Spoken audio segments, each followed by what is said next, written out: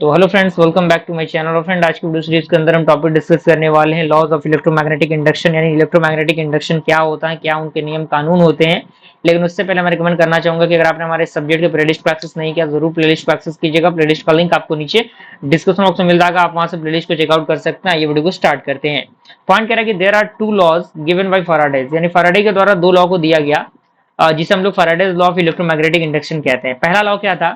पहला लॉ आपका था first law, according to the Faraday's law, whenever a conductor cuts magnetic flux, यानी जब भी आपका कोई कंडक्टर मैग्नेटिक फ्लक्स को काटता है तो जो ईएमएफ होगा, यानी an EMF is induced in the current, यानी जो ईएमएफ होगा वो इंड्यूस्ड होगा करंट के रूप में, और जो रिजल्टिंग होगा in an induced current in the circuit.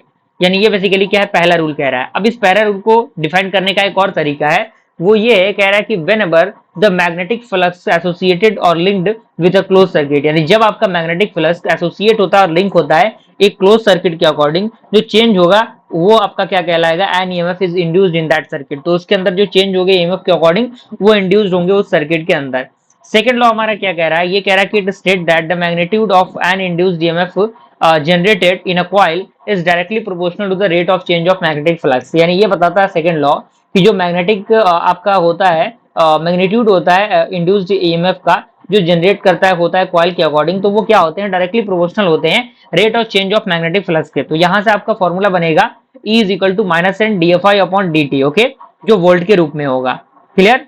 और यहाँ पे कौन सी चीजें क्या है, जैसे कि आपका ई क्या है, इंड्यूस्ड ईएमएफ है, एन क्या है, नंबर ऑफ टर्न्स है इन कॉइल, फाई आपका क्या है, फ्लक्स लिंकेज है कॉइल के अंदर। और यहाँ पे कह रहा है कि यूजुअली ये माइनस साइन, यानी हमेशा माइनस साइन जो कि यहाँ पे दिया हुआ है, is taken to expression to signify that fact induced EMF generated a current tending to oppose the increasing of the flux through the coil, okay।